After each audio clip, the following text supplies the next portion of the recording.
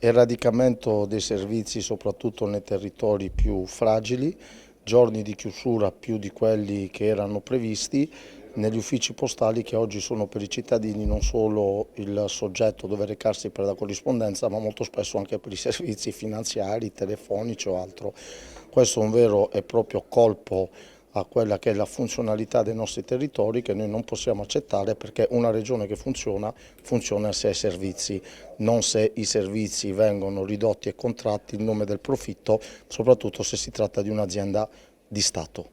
Le poste proposte. La nostra proposta è un tavolo regionale immediato per monitorare gli uffici che chiudono più del previsto, gli uffici che sono chiusi e non riapriranno più, per vedere in quali territori probabilmente sarà da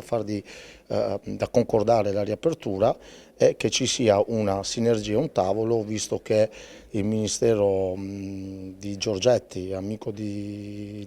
politico, diciamo, del nostro Presidente, è uno dei maggiori detentori delle azioni della società, e quindi chiediamo alla filiera